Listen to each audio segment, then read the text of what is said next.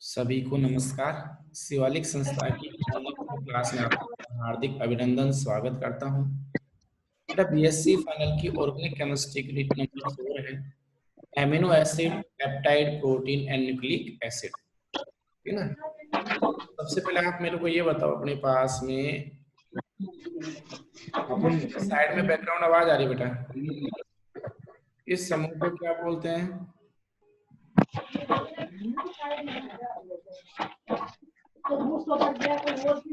Side में disturbance आ रहा है बेटा। मोहन, सर नमस्ते। बेटा इस समूह को क्या बोलते हैं? कार्बोनिल समूह। और उसी के साथ में OH जोड़ दिया जाए तो कार्बोक्सिलिक समूह। कार्बोक्सिलिक समूह। और ये कौन है? नाइट्रोजन। नाइट्रोजन। और ये कौन है? एमीन। एमीन या अमोनिया? अमोनिया। अमोनिया। इस अमोनिया में से एक H रिमूव कर दिया, अब ये क्या बन गया? एमीन। एमीन बन गया। इनके बीच में एक एल्किल समूह और जोड़ दिया। तो ये बताओ, ये जो आपके पास जो यौगिक बनाया है, उस यौगिक के अंदर कितने क्रियात्मक समूह हैं? 2। एक तो कौन है? एमीन। एमीन। और दूसरा कौन है? कार्बोक्सिलिक समूह। कार्बोक्सिलिक समूह। अम्ल हो गया। Yes sir. मैं ऐसे बोल दूं कि वे यौगिक कौन से? वे यौगिक जिनमें एमीन और अम्ल क्रियात्मक समूह पाए जाते हैं, उन यौगिकों को या उन कार्बनिक यौगिकों को क्या बोलोगे? एमिनो अम्ल। तो यहाँ से पहला पॉइंट था आपका, एमिनो अम्ल किसे कहते हैं? उन यौगिकों को कहते हैं जिनमें एमीन और अम्ल क्रियात्मक समूह पाए। जाते हैं। इसको शॉर्ट में बोल सकता हूँ एमिनो और ये एसिड, डबल ए हो गया। Yes sir. तो यहाँ पर एमिनो अम्ल क्लियर हुआ या नहीं हुआ? Yes sir. अच्छा, अब मैं ले रहा हूँ इस एमिनो अम्लों का वर्गीकरण। क्या ले रहा हूँ? एमिनो अम्लों का वर्गीकरण। एमिनो अम्लों का वर्गीकरण, क्लासिफिकेशन ऑफ एमिनो एसिड। इस एमिनो अम्लों के वर्गीकरण में पहले क्या बोल रहा हूं मैं? ये एमीन और अम्ल, इन दोनों की स्थिति के आधार पर वर्गीकरण किया गया। किसके आधार पे? स्थिति के आधार पर। अल्फा, बीटा, गामा, डेल्टा, इस प्रकार से। समझ गए? Yes sir. अच्छा, तो ये बताओ अपने पास ये कौन सा क्रियात्मक समूह है? कार्बोक्सिलिक। कार्बोक्सिलिक अम्ल से अगला कार्बन कौन सा कहलाया? एल्फा। और अल्फा कार्बन के साथ में एमीन जोड़ दूंगा, तो बताओ ये कौन से एमिनो अम्ल कहलाए? एल्फा एमिनो अल्फा अम्ल। एमिनो अम्ल हो गए। क्लियर? Yes sir. मैं से बोल दूं तो कि वे एमिनो अम्ल जिसमें एमीन समूह अल्फा स्थिति पर पाए जाते हैं, तो क्या कहलाएंगे? एल्फा एमिनो अम्ल।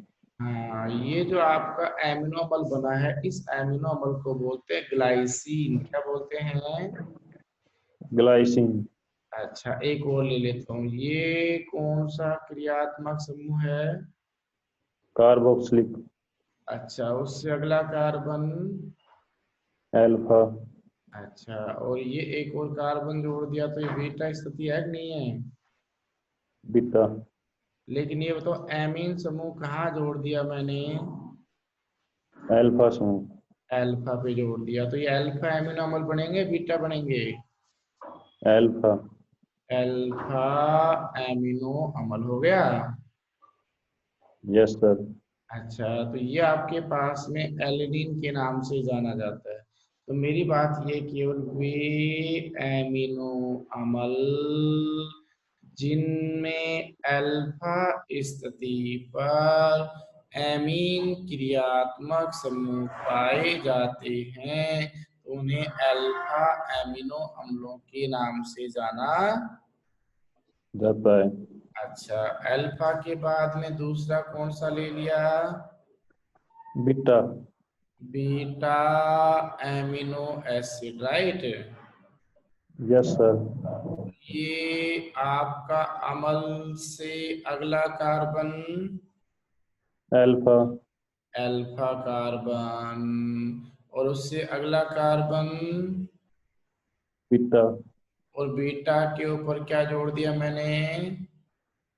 एमीन। अब तो ये अल्फा एमिनोमल है, बीटा एमिनोमल है? बीटा एमिनोमल।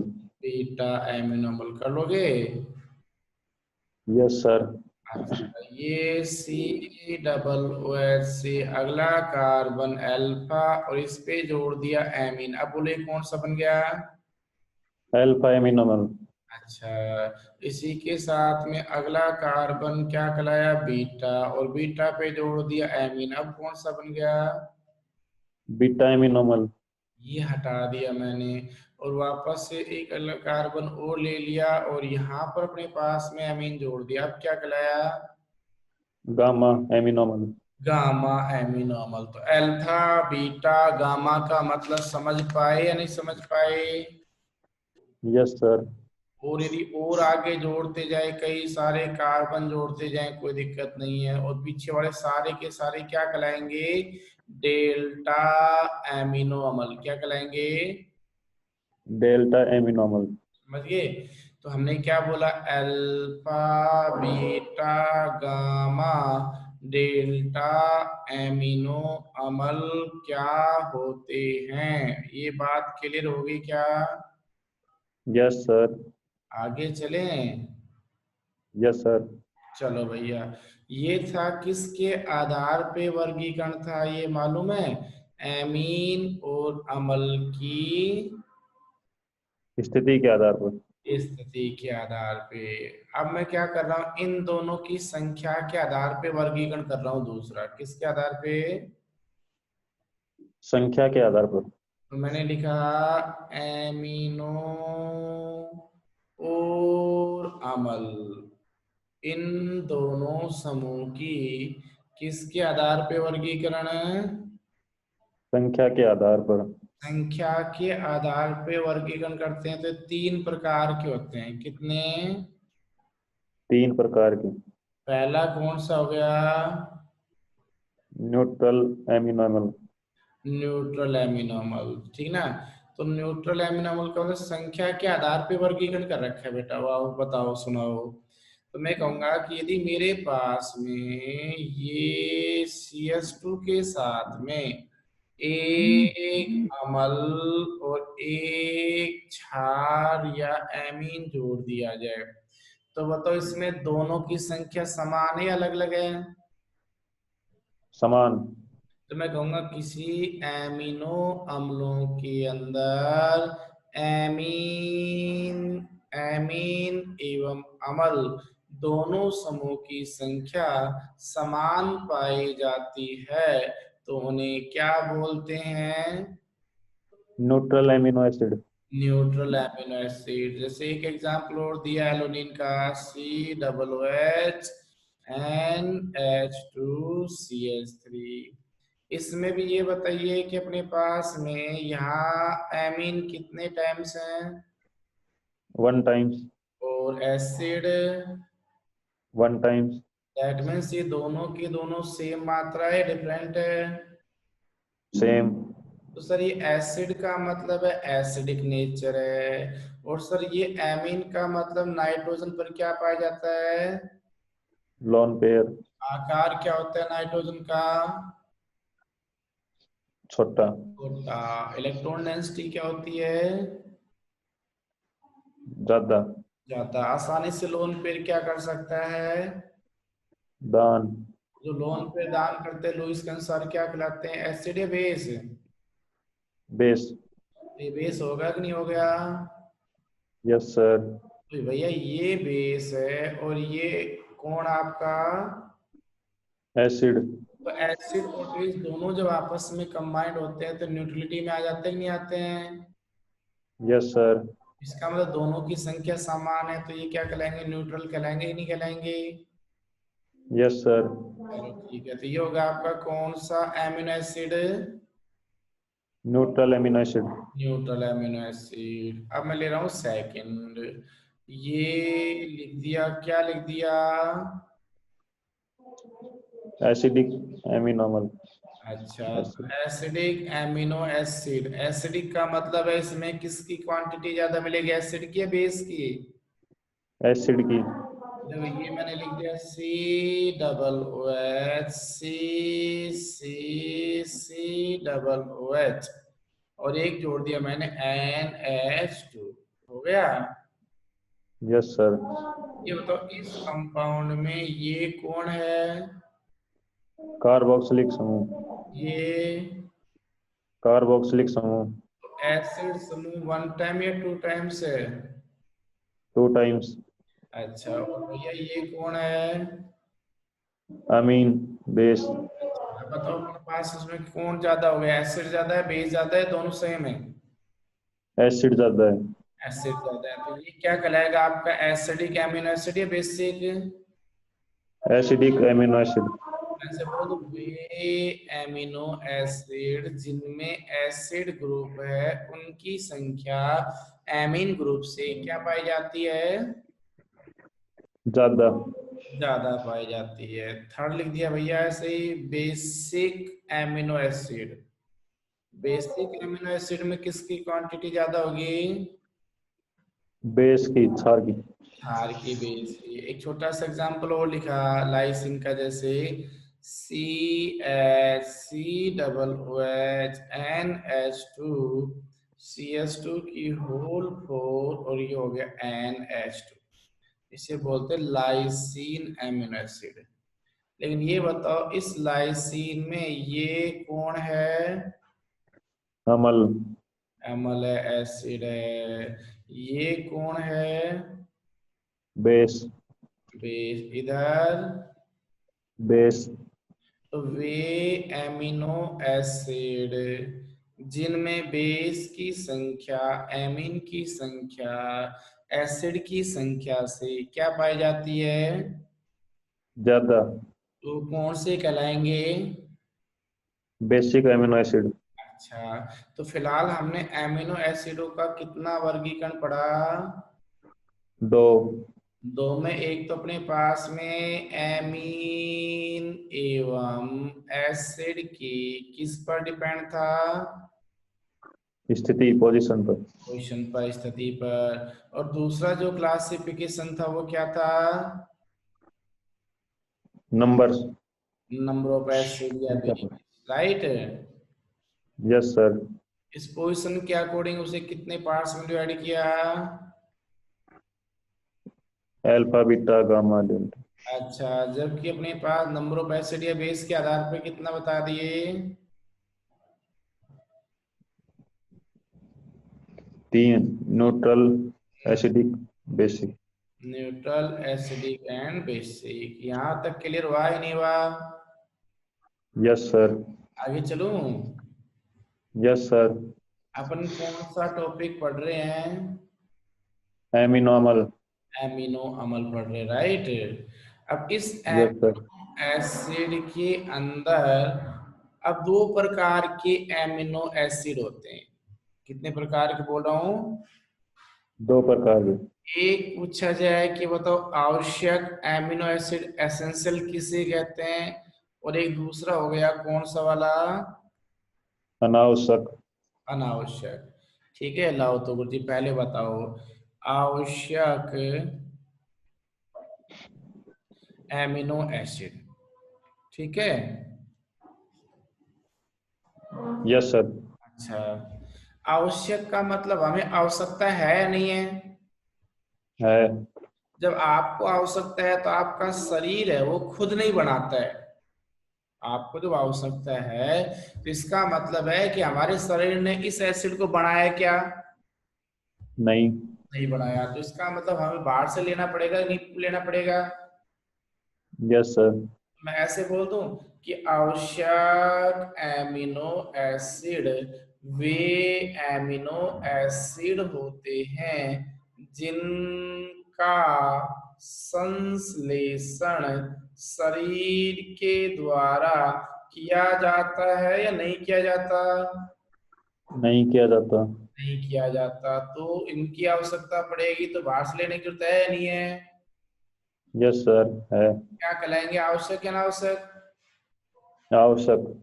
अच्छा, तो हम ये कह सकते हैं इनका संश्लेषण मनुष्य या उच्च जाति के कुछ जंतु है उनमें नहीं हो पाता है। अतः इस आवश्यक एमिनो अम्ल को बाहर से भोजन के द्वारा लेने की आवश्यकता है, राइट? Yes sir. इसका मतलब शरीर के अंदर संश्लेषण हुआ क्या? नहीं हुआ। ये हो तो कहाँ से लेना पड़ा? बाहर से। इसके द्वारा। भोजन के द्वारा। और यदि मान लिया जाए इसकी संश्लेषण की पूर्ति नहीं हो पाती आपके शरीर में, राइट? Yes sir. इसका मतलब इन एमिनो एसिडों के अभाव या कमी।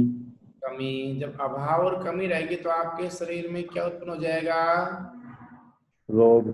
रोग। इसका मतलब इस रोग की पूर्ति करने के लिए आपको क्या लेना पड़ेगा? एमिनो अम्ल। एमिनो अम्ल एक प्रकार से प्रोटीन ही होते हैं, राइट? Yes sir. जैसे दूध में प्रोटीन होता है, कैसीन प्रोटीन, दूध में कौन सा है? कैसीन। ठीक है ना? तो बेटा मैं ये बोला कि आपके पास में आवश्यक एमिनो अम्ल का मतलब वे एमिनो अम्ल जिनका संश्लेषण शरीर के द्वारा नहीं किया जा सकता, आवश्यक एमिनो अम्ल कहलाते हैं। इनका संश्लेषण मानव या उच्च जाति के कुछ जंतुओं में नहीं हो पाता है। अतः इस आवश्यक एमिनो अम्ल को बाहर से किसके द्वारा? भोजन के द्वारा। भोजन के द्वारा लेना आवश्यक है, और इनकी शरीर में कमी से रोग उत्पन्न हो जाता है, और कमी की आपूर्ति करने के लिए प्रोटीन की आवश्यकता होती है। क्यों? क्योंकि प्रोटीन में ही ये एमिनो अम्ल पाए जाते हैं। यहाँ तक बात क्लियर हुई या नहीं हुई? Yes sir. आगे चलो। Yes sir. 10 10 उसके बाद में अपने पास में क्या है, 10 आवश्यक एमिनो अम्ल बताए गए। कितने? 10। 10 40, ठीक ना? 10। अब सुनो थोड़ी सी बात, एक जैसे कौन कौन है सर? एक तो है ट्रिप्टोफेन, कौन सा है? ट्रिप्टोफिन। तो ट्रिप्टोफेन एक एसेंशियल या आवश्यक एमिनो अम्ल है। दूसरा बोल दिया वैलीन, कौन सा है? वायलिन। तीसरा बोल दिया मीथियोनीन, कौन सा हो गया? मिथियोनिन। चौथा हो गया आइसोल्यूसिन, कौन सा हो गया? आइसोल्यूसिन। पांचवा होगा अपने पास में ल्यूसीन, कौन सा? ल्यूसिन। छठा है लाइसिन, कौन सा? लाइसिन। सातवा भैया फेनिल एलिनीन। आठवां होता है अपने पास में ओर्जिनिन। नौवा होता है प्रियोनिन। और लास्ट है एस्टिडीन। ठीक है? Yes sir. इस प्रकार से ये आप लोगों के आवश्यक थे या अनावश्यक?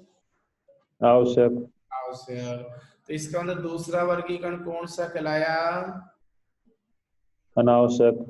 अनावश्यक। आवश्यकता है क्या इसमें अनावश्यक में? नहीं है। नहीं, तो आपका शरीर खुद बना लेता है कि नहीं बना लेता है? Yes sir. इसका मतलब मैं बोल दूं कि वे एमिनो एसिड जिनका संश्लेषण किसके द्वारा होता है? हमारे शरीर के द्वारा। हमारे शरीर के द्वारा। तो ये क्या कहलाएंगे? अनावश्यक एमिनो अम्ल। बाहर से लेने की जरूरत है क्या इनको? नहीं है। नहीं है, समझ गए यहाँ तक? Yes sir. तो ये थे बेटा अपने पास में इन एमिनो एसिडों का वर्गीकरण, मैंने तीन बता दिए, ध्यान हो तो। एक तो बताया एमीन और अमल की स्थिति के आधार पे, right, yes sir. Alpha beta gamma delta, ठीक है। Yes sir. दूसरा वर्गीकरण बताया मैंने इन दोनों की संख्या के आधार पे, अम्लीय, क्षारीय और उदासीन, राइट। Yes sir. तीसरा बताया मैंने अपने पास में कौन सा वर्गीकरण हो गया अपने पास में, आवश्यक और अनावश्यक। अनावश्यक। यहाँ तक कोई दिक्कत है क्या? No sir. कर लोगे कवर? Yes sir. अब आते सर ये एमिनो एसिड की फॉर्मेशन कैसे की जाती है, एमिनो अम्लों का संश्लेषण कैसे किया जाता है, करें? Yes sir. तो एमिनो एसिडों का संश्लेषण करने के लिए मैं आपको पुनः बीएससी सेकेंड ईयर की क्लास में ले जाता हूँ, ठीक है। Yes sir. लाओ सा बताओ। तो बीएससी सेकेंड ईयर में क्या था, तो अपन नेक्स्ट टॉपिक पढ़ रहे हैं सिंथेसिस ओ एमिनो एसिड, ठीक है। Yes sir. अच्छा भैया, इसमें पहली अभिक्रिया ले ली मैंने, ग्रेबिल थैलेमाइड संश्लेषण, कौन सा ले लिया? गैब्रियल थैलेमाइड संश्लेषण। ग्रेबिल थैलेमाइड सिंथेसिस या संश्लेषण, ठीक है। Yes sir. अरे ग्रेबिल थैलेमाइड संश्लेषण है क्या, करें? Yes sir. तो इसमें क्या है भैया कि जो पहले आप और हमने पढ़ा था एमीन का पाठ, अगर ध्यान हो जाए बस, तो यस सर। उसमें भी पढ़ रहा था बीएससी सेकंड में, तो मैं पहले बीएससी सेकंड ईयर की रिएक्शन लिखता हूँ, फाइनल की लिखूंगा, ठीक है ना। Yes sir. चलो, तो ग्रेबिल थैलेमाइड, थैलेमाइड का मतलब है सबसे पहले थैलिक अम्ल की अभिक्रिया है, कौन सा अम्ल है ये? थैलिक अम्ल। तो फिलहाल तो मैंने बना दिया स्क्रीन पर कौन सा, बेंजोइक अम्ल, कौन सा बना दिया? बेंजोइक अम्ल। और इसकी ऑर्थो स्थिति पर एक अम्ल और जोड़ दिया, तो इसको बोलते हैं थैलिक अम्ल, कौन सा अम्ल बोल दिया? थैलिक अम्ल। थैलिक अम्ल, यहाँ तक ठीक है। Yes sir. थैलिक अम्ल को गर्म किया जाता है, तो ये जल। OH मिलकर किसका निष्कासन कर देते हैं? जल का। जल का। और अम्ल में से जल निकलता है, तो ये उसी अम्ल का एनहाइड्राइड कहलाता है। तो अब ये थैलिक अम्ल बना या थैलिक एनहाइड्राइड बना? Phthalic anhydride. तो ये हो गया phthalic anhydride, right. Yes sir. अब इस थैलिक एनहाइड्राइड की अभिक्रिया अमोनिया से कराई जाए, किससे करवाई जाए? अमोनिया से। थैलेमाइड। अमोनिया से, हाँ वेरी गुड, थैलेमाइड याद आए ना धीरे धीरे। तो ये क्या रिमूव करेगा? H2O। H2O, और ये बना दिया आप लोगों का बेंजीन वलय हो गया, और उसके ऊपर COO और N के साथ H, राइट। Yes sir. तो ये बताइए यहाँ पर इस नाइट्रोजन का लोन पेयर, ये सिंगल, ये डबल, इसमें डबल। अनुनाद होगा कि नहीं होगा? अनुनाद। अच्छा, तो इसका मतलब है लोन पेयर जब ये इस कार्बन को देगा तो हाइड्रोजन पर इलेक्ट्रॉन डेंसिटी बढ़ेगी या घटेगी? घटेगी। घटेगी, तो ये हाइड्रोजन आराम से दे सकता है कि नहीं दे सकता? Yes sir. इसका मतलब अब मैं इस थैलेमाइड की अभिक्रिया, तो ये आपका क्या बन गया, थैले, माइड। इस थैलेमाइड की अभिक्रिया किससे करवा दूं, क्षार से। तो क्षार से कराऊंगा तो ये आराम से आपका H देगा कि नहीं देगा? देगा। ये मैंने इसके अभिक्रिया करा दी क्षार से, KOH से करवा दूं? Yes sir. तो भैया इसका मतलब सर इसका OH माइनस और इसका H प्लस मिलकर क्या निकाल देंगे? जल। और H की जगह कौन जुड़ जाएगा? के। पोटेशियम लाओ। तो ये आपके रिएक्शन कहाँ तक पहुंच गए? मैं यहाँ पहुंच गया। तो ये बेंजीन है, उसी के साथ C O, और N के साथ H आया या क्या आ गया? के आएगा। क्या? पोटेशियम। अब इसका नाम है एन पोटेशियो थैलेमाइड। क्या नाम है? N potassio phthalimide. N potassio phthalimide. हो गया? Yes sir. बेटा यहाँ तक तो सेकेंड ईयर वाले बिल्कुल सेम रिएक्शन चल रही है, राइट? Yes sir. अब मैं वापस से पहले सेकेंड ईयर के अकॉर्डिंग कंप्लीट करूंगा, फिर फाइनल के अकॉर्डिंग। सेकेंड ईयर में मैं क्या बोलता था? अब इसकी अभिक्रिया एरिल हैलाइड की बजाय एल्किल हैलाइड से कराएंगे, क्योंकि प्लस आई प्रभाव के कारण ये हैलोजन आसानी से दे देगा और यहाँ पर क्या आ जाएगा? बस। प्लस। क्लियर हो गया? Yes sir. तो ये क्या रिमूव कर देगा? के एक्स। KX। बहुत अच्छी बात है। तो KX रिमूव करने के बाद एल्किल समूह किसके साथ जुड़ जाएगा? नाइट्रोजन के साथ। Yes sir. तो ये हो गया भैया आपके पास में बेंजीन वाले सर, C O उसी के साथ N और N के साथ। एल्किल समूह। अच्छा, फिर बोलता था मैं इसका कराओ जल अपघटन। क्या कराओ? जल अपघटन। तो जल अपघटन कराते थे HOH, राइट? Yes sir. तो ये यहां से क्या निकल गया?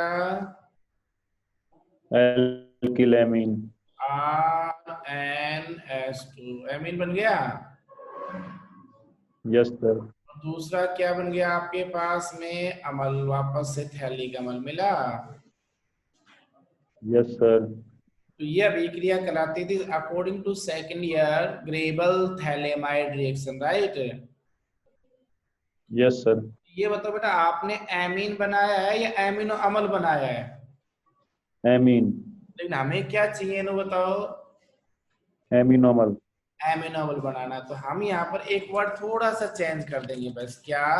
कि एल्किल हैलाइड से अभिक्रिया करवाने की बजाय अल्फा हैलोजनीकरण एस्टर से कराओ। क्या बोल दिया? अल्फा हाइड्रोजनीकरण एस्टर। देखो, अल्फा हैलोजनीकरण एस्टर मतलब क्या है सर? COOR। इसे क्या बोल दिया?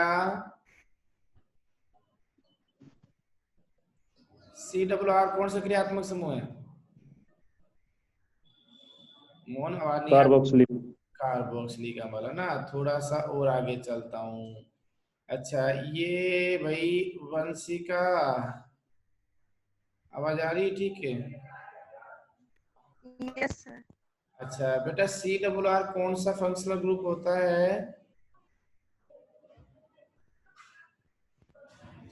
Carboxylic ester. क्या होता है?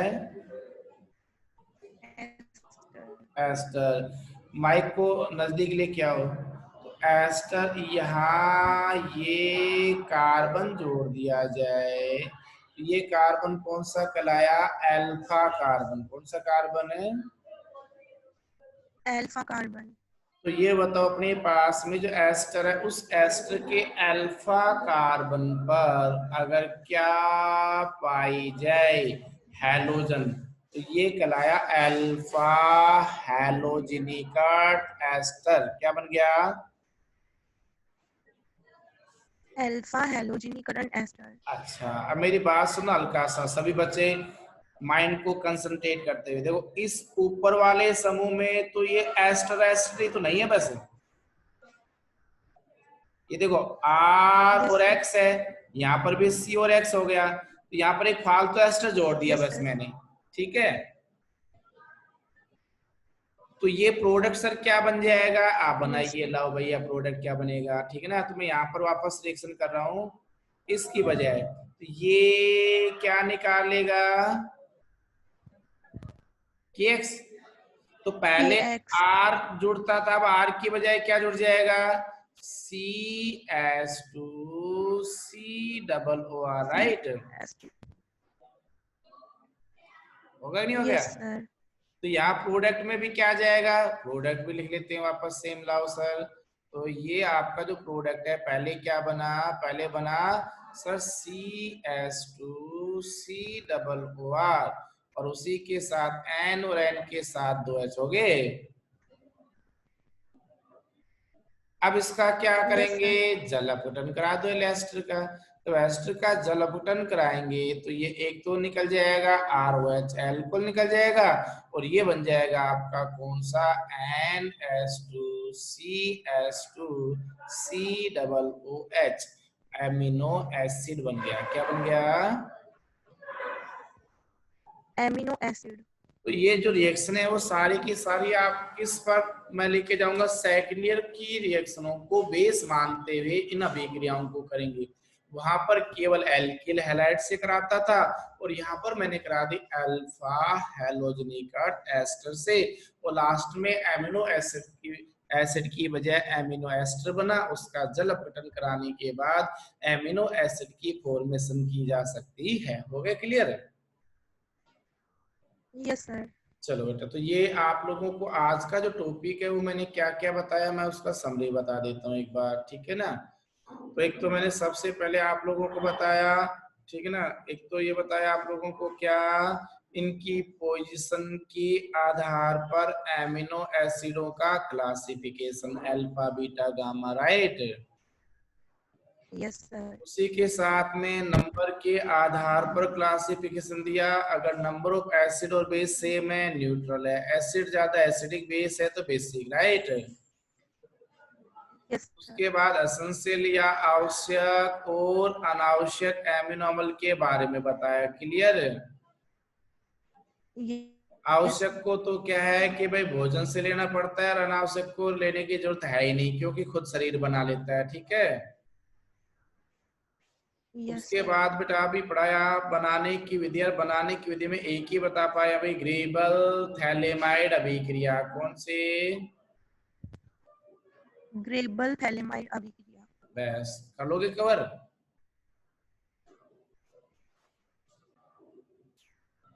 कविता समझ में आ गई यहाँ तक, कविता। Yes sir. अच्छा बलवंत, बलवान, यस सर। नितिन, संदेश, संदेश, क्वेश्चन, शशि। बेटा किसी को प्रॉब्लम है तो मेरे को लिख के दे दिया करो टाइप करके, चाहे ना। अच्छा